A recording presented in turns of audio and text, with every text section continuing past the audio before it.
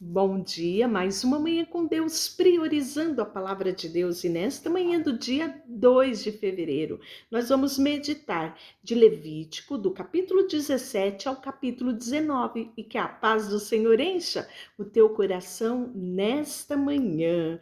Vamos falar de leis referente à matança de animais. Alguns dias atrás nós falamos, né, sobre a questão dos animais impuros e puros, aquilo que eles deveriam comer e não comer. Eu falei um pouquinho sobre a questão, né, de como deveria ser o abate, que há todo um critério para isso. Aqui Deus disse a Moisés: falarão e aos seus filhos e a todos os filhos de Israel, e dize-lhes, e isto é que o Senhor ordenou, dizendo: qualquer homem da casa de Israel que imolar um boi ou cordeiro ou cabra no arraial ou fora dele, e os que trouxer à porta da tenda da congregação como oferta ao Senhor diante do seu tabernáculo, tal homem será imputado a culpa do sangue derramado, sangue pelo que esse homem será eliminado do seu povo.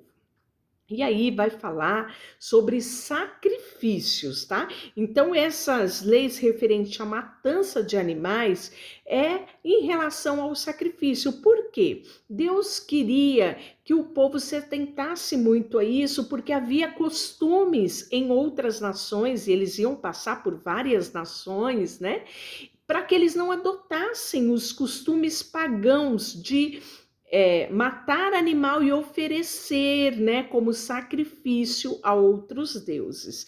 Olha, nunca mais oferecereis os seus sacrifícios aos demônios, como os quais eles se prostituem. Isso lhe será por estatuto perpétuo nas tuas gerações. Disse-lhe, pois, qualquer homem da casa de Israel ou estrangeiro que peregrina entre vós oferecerá holocausto ou sacrifício, e não o trouxer à porta da tenda da congregação para oferecer, esse homem será eliminado. Então, ou seja, ele está dizendo aqui, oferecer sacrifícios ao Senhor tem o local certo. Não vá oferecer sacrifício a outros deuses, né? A costumes pagãos, porque isso o Senhor não admitirá. Esse será eliminado do povo. E aí nós vamos ver a proibição de comer sangue. Olha só, qualquer homem da casa de Israel ou dos estrangeiros que peregrina entre vós, que comer algum sangue, contra ele me voltarei e o eliminarei do seu povo.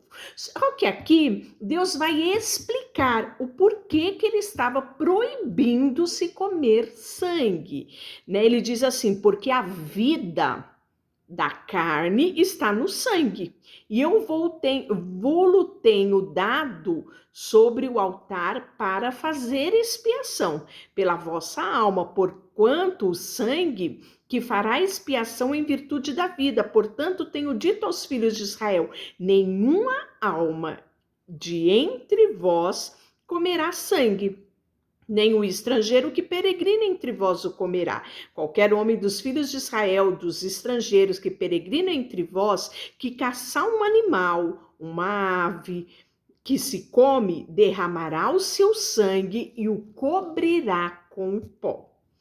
Portanto, a vida de toda a carne é o sangue. Por isso tenho dito aos filhos de Israel: não comereis sangue de nenhuma carne, porque a vida de toda a carne é o seu sangue. Qualquer que comer será eliminado.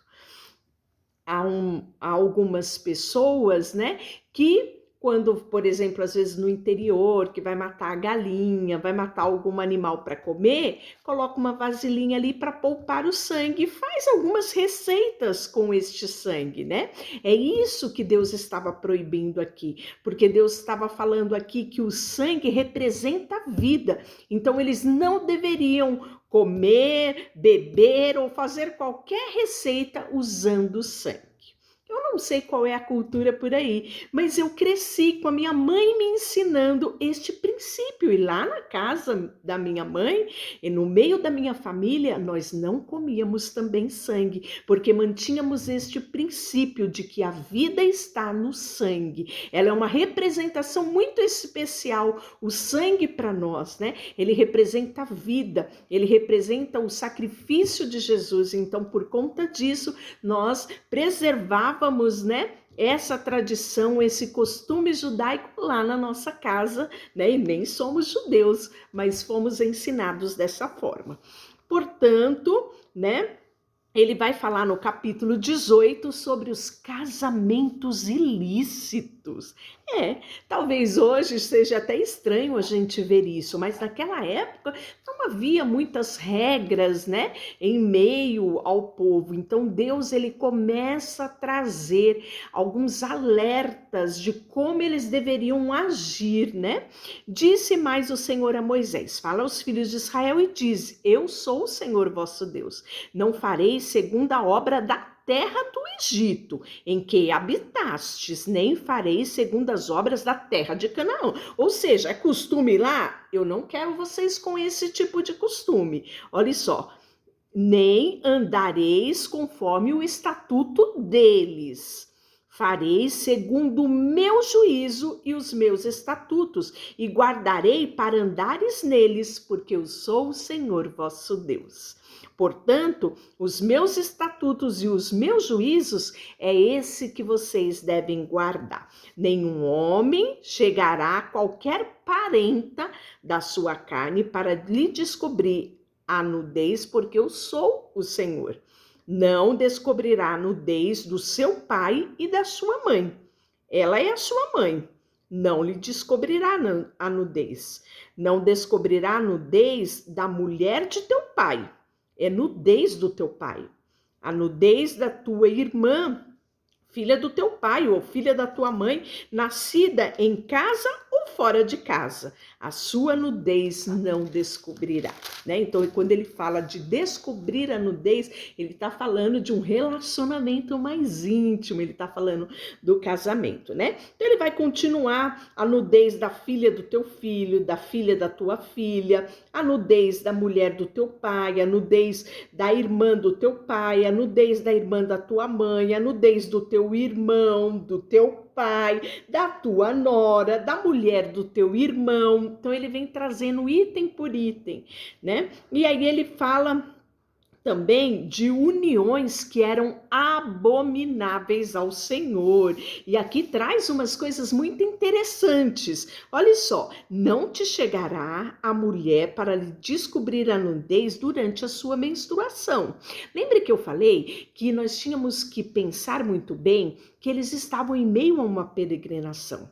No deserto não havia água em abundância, não havia infraestrutura, né, sanitária. Então Deus ele toma alguns cuidados, né, principalmente em relação à higiene, à saúde do povo. Então ele fala: não te deitarás com a mulher de teu próximo, e nem te deitará com a tua própria mulher no período de menstruação, né? Então a gente sabe que o período da menstruação é um período delicado e que a mulher ela ficava imunda, ela era separada, era um tempo dela, sabe, estar ali, se preservar, né, passar por aquele momento. E nós sabemos que os dias das mulheres, muitas têm cólicas, né, ficam incomodadas. Imagina, não tinha absorvente, não tinha estrutura, elas não podiam tomar banho a hora que elas quisessem, né? Então Deus ele olhava para cada detalhe, né? E muitas vezes o povo não podia entender algumas coisas e Deus proibia aquilo para que o povo não praticasse. E aí ele fala que a tua descendência não darás a nenhum para se dedicar a Moloque, nem profanarás o nome do teu Deus. Moloque era um deus pagão. Ele era uma imagem de escultura que tinha os braços, ele era todo de metal, de bronze, e ele acendiam, né, uma candeia dentro dele, assim, de um fogo, e quando esses braços, todo ele estava já quente, todo ele estava já incandescente, eles ali ofereciam sacrifício de crianças. Olha que maldade, não é? E Deus fala que isso é abominação e que ele não aceitaria que fosse dedicado a Moloque às famílias. E aí ele fala também no versículo 22 que era união abominável com homem, não te deitarás como se fosse mulher, porque isso é abominação. Olha, ele está falando isso em Levítico, né? Sobre uniões abomináveis a Deus. Nem te deitarás com animal, para te contaminares com ele, nem a mulher se porá perante o animal para juntar-se com ele, é confusão. Então Deus trata como união abominável, homem se deitando com homem como se fosse mulher. E o sexo com animais, né? Então ele traz isso aqui em Levítico capítulo 18, versículo 22 e 23. Com nenhuma destas coisas vos contaminareis, porque com todas estas coisas se contaminaram as nações que eu lanço diante de vós.